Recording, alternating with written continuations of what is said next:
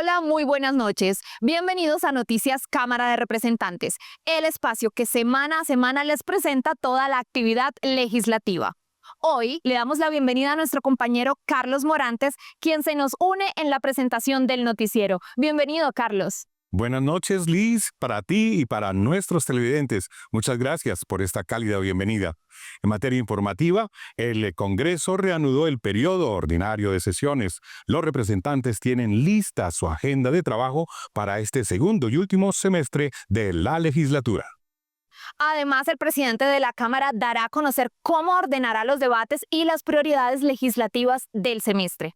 Con esta información, entremos en materia. Vamos a conocer los titulares de las noticias de la presente emisión. Bienvenidos.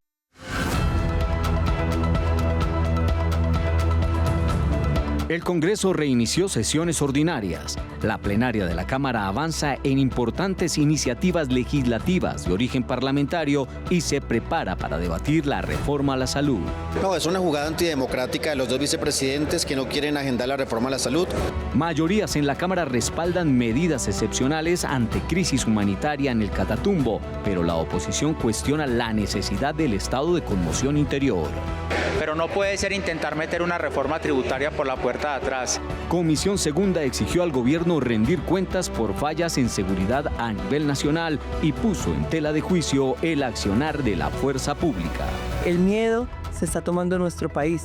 Toda la información legislativa aquí en Noticias Cámara de Representantes. Reiniciaron las sesiones ordinarias del Congreso. La plenaria de la Cámara avanzó en varias iniciativas de origen parlamentario. Para la próxima semana se espera sea programada la discusión de la reforma a la salud. Al retomar las sesiones ordinarias, la plenaria de la Cámara avanzó en la discusión de proyectos de ley. Aprobó en último debate la iniciativa que busca mejorar las condiciones y garantías de bienestar para los perros utilizados en actividades de seguridad.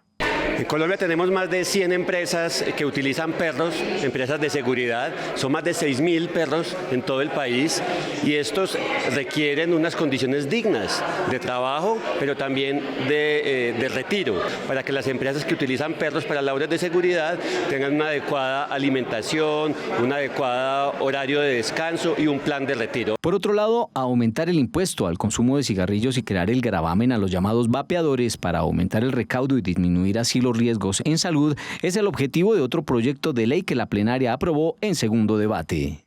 Aspiramos a que al aumentar los tributos y al hacer una campaña sólida sobre la protección a los jóvenes, sobre todo en el consumo de estas sustancias, vamos a poder tener mejoría en los temas epidemiológicos para que esas patologías pulmonares vayan disminuyendo. En medio de las sesiones, la bancada del partido de gobierno presentó reparos a la mesa directiva por no agendar la continuidad del debate de la reforma a la salud. No, es una jugada antidemocrática de los dos vicepresidentes que no quieren agendar la reforma a la salud. La bancada del Pacto Histórico, amparados en la Ley Quinta, solicita que se continúe el debate ya abierto en sesiones ordinarias del semestre pasado y en sesiones extraordinarias y que no violenten la voluntad de la plenaria. Precisamente la próxima semana continuarán los debates aquí en la plenaria de la Cámara, donde se espera que se atienda el llamado que hizo el Pacto Histórico para que se programe de nuevo la reforma a la salud, que ya ha avanzado en 30 de sus artículos. El presidente de la Cámara dio a conocer los retos y desafíos para lo que resta del periodo legislativo. Según lo indicó, su único objetivo es sacar adelante aquellas reformas y leyes que beneficien a todos los colombianos. Esto es, Jaime Raúl responde. Hoy vamos a hablar de los retos y perspectivas de la nueva legislatura. Bienvenidos y bienvenidas a Jaime Raúl responde. Buenos días, presidente, ¿cómo está? Hola, Mónica, muchas gracias por estar acá. Presidente, sabemos que inició la segunda parte del periodo legislativo de la Cámara de Representantes. Queremos saber cuál es su reto de Jaime Raúl Salamanca como presidente de la Cámara de Representantes. Bueno, yo creo que el principal reto, Mónica, es poder darle continuidad a un trabajo que hicimos en la primera etapa de nuestra presidencia, discutiendo leyes útiles, permitiendo un debate que incluso trascendiera en las regiones, que la Cámara no se centrara en estos grandes y fríos edificios, sino que estuviera al lado de la ciudadanía. Ese es un rol que nosotros hemos insistido mucho, de llevar la Cámara a las regiones. ¿Cuáles serán las leyes claves del gobierno como prioridad en la agenda legislativa de la Cámara de Representantes? Bueno, empezamos discutiendo la reforma a la salud, este proyecto que ya lleva varias semanas en trámite y que aún sigue en su discusión en la plenaria, sin duda alguna marca el inicio de lo que será el trámite legislativo. Además, la jurisdicción agraria, que en este momento está en comisiones y que seguramente llegará a la plenaria, la ley Jorge Pizano, una ley de denunciantes anticorrupción y otros proyectos, iniciativas de gobierno, la reforma a la justicia, entre otras que debatiremos, permitiendo enriquecer, como lo hemos hecho desde siempre, las iniciativas de gobierno con las propuestas del Congreso, llegando a consensos. Presidente, ¿cómo se dan esos consensos con la bancada u oposiciones para sacar adelante esos proyectos? Como han sido siempre, dando garantías para incidir, para debatir, para que todas las voces representadas en el Congreso, en la Cámara específicamente, sean escuchadas y no solamente sean escuchadas, sino que puedan incidir en los textos de las leyes que se discuten, de los actos legislativos que se discuten. Algo que tal vez el país no sabe, y yo quiero hacer énfasis en este abrebocas de lo que será esta nueva legislatura, es que en todas las reformas del gobierno los congresistas han podido hacer aportes, proposiciones que se han incorporado para mejorar los textos. Esto para un poco desmentir la tesis de algunos de que la Cámara es notaria del gobierno. Al contrario, la Cámara ha logrado tener un trabajo armónico con el gobierno nacional para poder incorporar la voz de todas y todos los colombianos en las leyes que se aprueban. Presidente, sabemos que de aquí al 20 de julio termina su periodo legislativo como presidente. Eso es un abrir y cerrar de ojos. Sí. Entonces queremos saber cuál es su mensaje para los colombianos en su gestión en este periodo legislativo. Bueno, yo creo que algo que me hace sentir muy orgulloso es que una persona de mis orígenes esté en donde está. No es normal, no es común y corriente que el hijo de una señora que trabajó en una plaza de mercado vendiendo comida hoy sea el presidente de la Cámara. Es un estudiante de una universidad pública, una persona común y corriente que no es muy distinta a ti o a todos los colombianos que ven este programa. Que haya más políticos como nosotros y mejores que nosotros. Que la política sea esa lucha por la felicidad de todos, como decía el expresidente Mujica, y que entre todos cambiemos a nuestro país. Insisto, este país no lo saca adelante un político, por bueno que sea, este país lo sacamos adelante juntos. Muchas gracias, presidente. Bueno, Mónica, hay un homenaje muy especial a la Oficina de Protocolo de la Cámara de Representantes, que hace un gran trabajo y que hoy tú representas en este programa. Un abrazo muy grande a Plinio y a todo el equipo allá en esa oficina que llevamos en el corazón. Varios representantes trinaron en sus redes sociales sobre sus expectativas, prioridades y las posturas que defenderán frente a la agenda legislativa. Esto fue lo más posteado en Cámara Digital. Bienvenidos a Cámara Digital. Para el segundo semestre de sesiones ordinarias, los representantes tienen claras las prioridades de su agenda legislativa, así lo expresó la representante liberal Piedad Correal en su cuenta de X. Abro comillas. Iniciamos el segundo periodo de sesiones con el firme compromiso de legislar para fortalecer nuestro Estado social de derecho y garantizar la independencia de las ramas del poder público. Por su parte, el representante Alirio Uribe manifestó que él, junto a la bancada de gobierno, seguirá con el apoyo a las leyes propuestas por el Ejecutivo actual y agregó que, abro comillas, en estos 2 años y medio hemos impulsado y aprobado 65 leyes en el Congreso. En este nuevo periodo seguiremos trabajando con determinación para garantizar los cambios que el pueblo necesita. Por último, el representante del Atlántico, Gercel Pérez, abrió la legislatura con la radicación de un proyecto de ley para su región. Abro comillas. Iniciamos sesiones ordinarias de la Cámara con grandes noticias para mis queridos municipios de Polo Nuevo y Baranoa en el departamento del Atlántico y para nuestra querida ciudad de Santa Marta en sus 500 años. A la fecha, la corporación tiene pendiente 159 proyectos de ley para ser debatidos en la plenaria de la Cámara y alrededor de 400 iniciativas que hacen tránsito en diferentes comisiones constitucionales. La Cámara debatió el informe sobre el decreto de conmoción interior para el Catatumbo. La mayoría respaldó las medidas ante la grave crisis humanitaria que ha forzado a más de 50.000 personas a abandonar sus hogares. Sin embargo, la oposición cuestionó la necesidad de decretar el estado de excepción.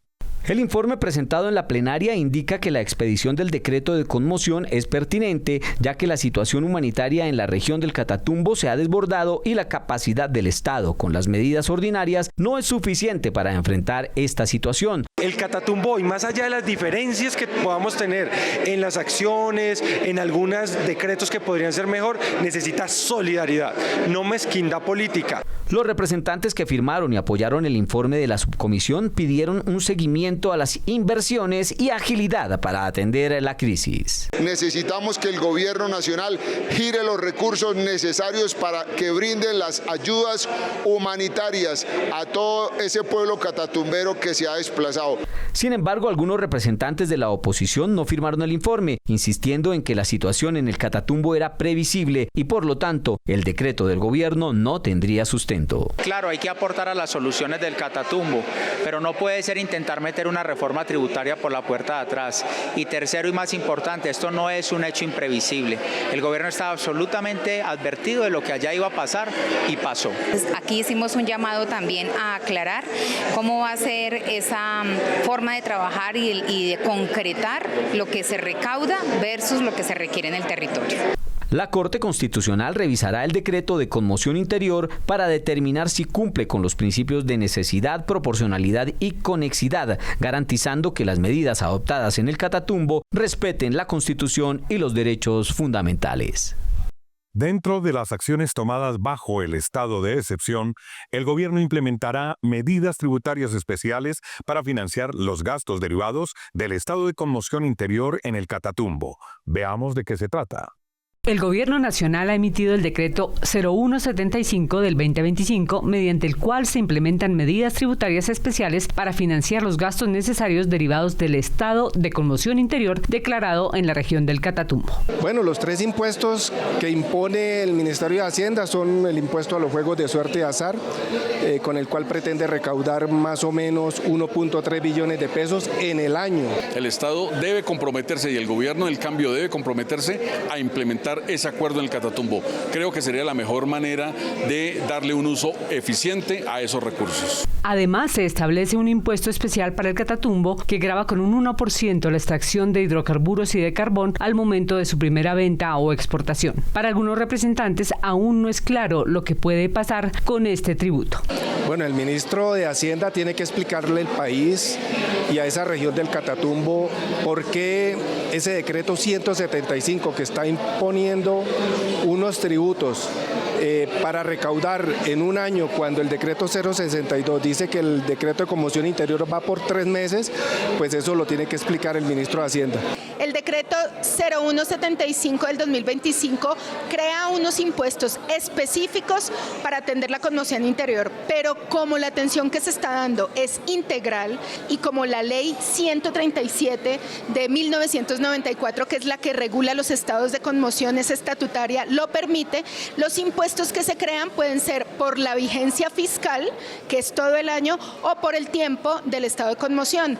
Estas medidas estarán vigentes hasta el 31 de diciembre del 2025. El deterioro del orden público no solo golpea a la región del Catatumbo. En debate de control político, la Comisión Segunda pidió al gobierno explicaciones detalladas sobre las acciones que viene implementando en otras zonas del país en las que no se ha logrado garantizar la seguridad a sus ciudadanos. El vacío a la cabeza del Ministerio de Defensa en momentos en el que el país enfrenta un panorama complejo en materia de orden público generó gran indignación en la sesión de la Comisión Segunda, que pretendía conocer la situación de las fuerzas militares. Es un debate donde necesitamos tener claridades y certezas que no vimos de que vamos a retomar el orden en Colombia. Ese es un debate que continuará permanentemente porque el miedo se está tomando en nuestro país. El mensaje que le mandamos al gobierno nacional es: por favor, la paz total es un buen camino el cual seguiremos apoyando, pero debe ir acompañado de fortalecer a nuestra fuerza pública, que sentimos que en los últimos 2 años y medio lo único que ha hecho este gobierno es debilitar a nuestra fuerza pública. y es que son más de 800 municipios los que viven bajo serias dificultades de seguridad relacionadas con desplazamientos forzados, extorsión, reclutamiento de menores y enfrentamientos armados. Lo que tenemos es hoy respuestas del ministerio y que esperamos se vuelvan resultados. Necesitamos que el Ministerio de Defensa y el Gobierno Nacional se pongan serios, que realmente nos brinden las cifras como son y que realmente empiecen a fortalecer a nuestras fuerzas públicas, porque lo que necesitamos es más acción y contundencia en territorio. Aunque en las últimas horas el presidente de la República anunció como ministro de Defensa al general Pedro Sánchez, quien asumirá las riendas de esta cartera, los integrantes de la Comisión Segunda aseguran tener la lupa en mano con el fin de conocer el liderazgo que marcará el rumbo en la seguridad nacional. Precisamente el pasado 18 de febrero, la guerrilla del ELN inició un nuevo paro armado en la subregión del San Juan en el Chocó, que de entrada dejó 3.500 desplazados y numerosas pérdidas económicas. Paro armado en el Chocó por parte del ELN, un titular repetido en los medios de comunicación durante el último año. El año pasado tuvimos 5 paros armados en donde hubo restricción a la movilidad, hubo desplazamiento forzado y hubo confinamiento. Familias confinadas, comercio paralizado y miles de niños sin poder ir a estudiar. Un panorama que genera un clamor desde la Cámara de Representantes. Que le hemos venido haciendo el llamado al señor presidente de la República que incluya a mi departamento en estas medidas de excepción decretadas a raíz de la situación del Catatumbo. El tiempo de espera para el ELN se acabó. Es momento de que el gobierno nacional muestre carácter.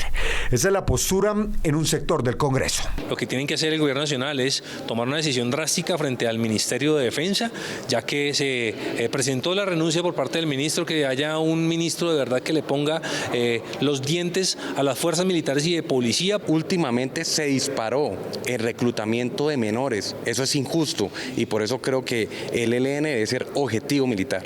La guerrilla ELN reforzó su presencia en el Chocó en 2016, tras la salida de la antigua guerrilla FARC de esa región con la firma del acuerdo de paz. Acuerdo de paz que a propósito también genera preocupaciones por su incumplimiento. Es injusto que ya a estas alturas, 8 años, 554 firmantes asesinados, pero a eso le sumamos otras cosas. ¿Qué ha pasado con las viviendas para los firmantes? El último informe de la Defensoría del Pueblo dice que el 73% de los municipios del país están bajo la influencia de grupos armados ilegales. Tema país al que se le hace seguimiento y control desde la Cámara de Representantes. La Comisión Segunda tendrá que seguir muy de cerca la delicada situación de seguridad del país y las relaciones diplomáticas de Colombia con el mundo, especialmente con los Estados Unidos. Ante el recrudecimiento de la violencia en varias regiones del país y las dificultades técnicas y financieras de la fuerza pública para hacer frente, la Comisión centrará la mayor parte de sus esfuerzos en fortalecer la defensa nacional. Sabemos que la paz total no funcionó. ¿Cuál es entonces la nueva política, la nueva estrategia? ¿Qué se va a hacer entonces para que la inseguridad no se desborde y no entremos en otra espiral de violencia? El narcotráfico, principal fuente de financiación de los grupos al margen de la ley, ha agudizado el conflicto. Cifras entregadas por el Ministerio de Justicia indican que entre el 2022 y el 2023 el área sembrada con coca aumentó en 10%, alcanzando las 253.000 hectáreas en el territorio nacional. Otros expertos estiman que al cierre del 2024 estaría bordeando las 300.000 hectáreas cultivadas. La guerra no es ahora por unos ideales, sino por el mismo narcotráfico, en donde pues se ha hecho mucho más difícil para poder traer la paz a Colombia. La Comisión será vigilante de las constantes denuncias de violación a nuestra soberanía por parte de la Guardia Nacional de Venezuela, especialmente en el Guainía, como lo indica el representante Alexander Guarín. Hemos radicado una proposición para poderle hacer debate de control político a la Cancillería colombiana, cuáles son los mecanismos y cuáles han sido cuál va a ser la ruta a seguir para que no sigan esos atropellos a los colombianos que están en esa frontera. Será prioritario también la renegociación del TLC con los Estados Unidos, en el que Colombia alcanzó grandes mercados como el de las flores, café y textiles, mientras que otros sectores como el de insumos de confección y materias primas resultaron afectados por la importación de estos productos. Los Estados Unidos es el principal socio comercial de Colombia. El 28% de las exportaciones colombianas, su destino es los Estados Unidos. A través del control político, los congresistas harán seguimiento a las acciones del gobierno nacional. Estas son otras noticias en la Cámara de Representantes. La Comisión de Infancia y Adolescencia se pronunció en contra del aumento de reclutamiento forzado.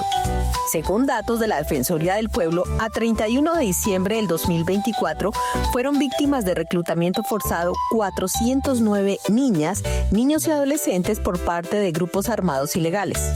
Ha sido frustrante ver los indicadores. El año pasado cerramos con 337 casos, 2023 y el 2024 con 409.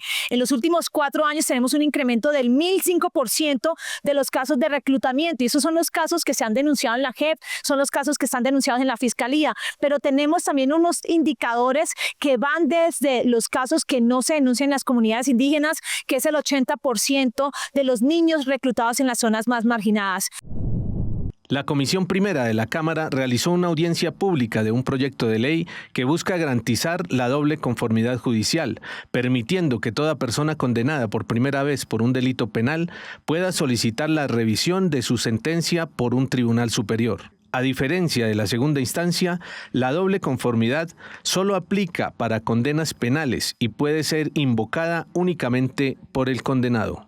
Hemos hecho esta audiencia pública para escuchar a los académicos, profesores, para escuchar también a funcionarios públicos y demás que quieran opinar sobre este proyecto y esperamos de esa manera cumplirle al país. Una deuda, por decirlo así, que se tiene con la Corte Constitucional que en su momento la exhortó al Congreso de la República a que regulara el tema de la doble conformidad. Esta semana, la vocería de los partidos en oposición está en cabeza de la representante huilense de Cambio Radical, Luzaira Pastrana, quien se pronuncia respecto del futuro de la reforma a la salud. Esto es la oposición en Cámara.